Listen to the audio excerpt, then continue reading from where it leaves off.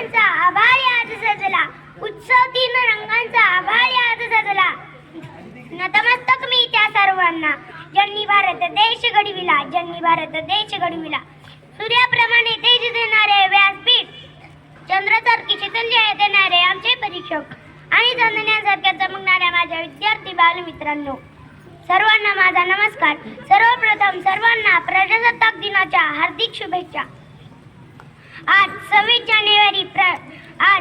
जानेवारी हा दिवस आपण प्रजासत्ताक दिन किंवा गणतंत्र दिवस म्हणून मोठ्या उत्साहात साजरा केला जातो. हा दिवस देशाच्या प्रत्येक नागरिकासाठी मोठ्या आनंदाचा, उत्साहाचा, सन्मानाचा, अभिमानाचा आहे. आपला भारत देश हे एक मोठे लोकशाही राज्य आहे. जाता जाता एवढेच सांगते, तिरंगा मुझा मान आहे, पराक्रमाचे गाण आहे. तिरंगा मुझा मान आहे, पराक्रमाचे गाण आहे.